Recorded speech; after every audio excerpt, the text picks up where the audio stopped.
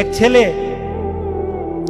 তার বাবার কাছে সাইকেল চায়, তার বাবার কাছে সাইকেল চায়, বাবা আমাকে একটা সাইকেল দাও। বাবা ছিল স্কুল মাস্টার, তো বাবা স্কুল মাস্টার, তার বেতন কি, সে কিভাবে সাইকেল কিনে দিবে?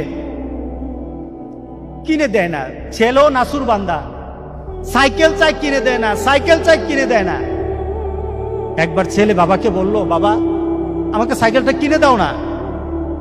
বাবা রাগ করলেন, রাগ কিয়ে বললেন যে আরেকবার সাইকেল চাইবি তাহলে পিটাম, তুই আমাকে বিরক্ত করতেছিস। কি বলেন, আমরা বিরক্ত হই না মাঝে মাঝে? সন্তান যদি বেশি আমার ক্ষমতার বাইরে যদি সন্তান কিছু চায় তাহলে আমরা বিরক্ত হয়ে যাই। আরেকবার চাইবি তাহলে পিটা দেবো, তাহলে মাইর দেবো তোকে, তুই আমাকে বিরক্ত করতেছিস। সন্তান বারবার চাওয়ার কারণে বাবা বিরক্ত হয়ে গেল। সন্তান কিন্তু রাসূল বন্ধ। সন্তান বাবার দিকে তাকিয়ে করুণ সুরে কাঁদতে কাঁদতে বলল, বাবা তুমি ওকে মারবা?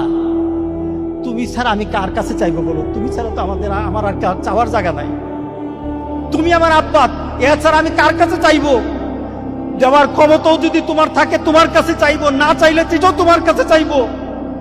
আমি কার কাছে চাইবো বলো? তুমি আমাকে ফিরিয়ে দিবা, কিন্তু আমি ফিরিয়ে দিলে দিতে পারো, কিন্তু আমি কার কাছে চাইবো? আমার তো তুমি ছাড়া কেউই নাই। বাবার সাথে সাথে ছেলেটাকে বুকের মধ্যে আঁকড়িয়ে ধরলেন।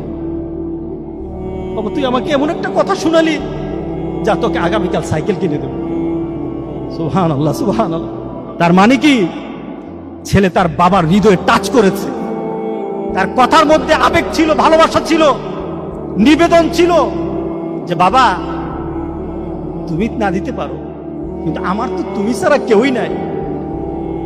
তুমি না বল আমাকে ফিরিয়ে দিতে পারো, কিন্তু আমার চাওয়ার জায়গা তোমার ছাড়া আর তো কেউই নাই, আমি তোমার কাছেই তো চাইবো।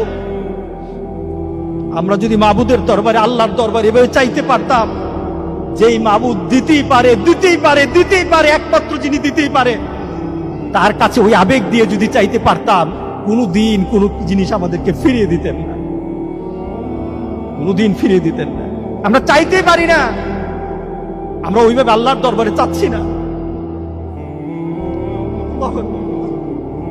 আমরা যদি চাইতে পারতাম তাহলে পৃথিবীতে আমাদের এই তো বিপদ থাকতো না।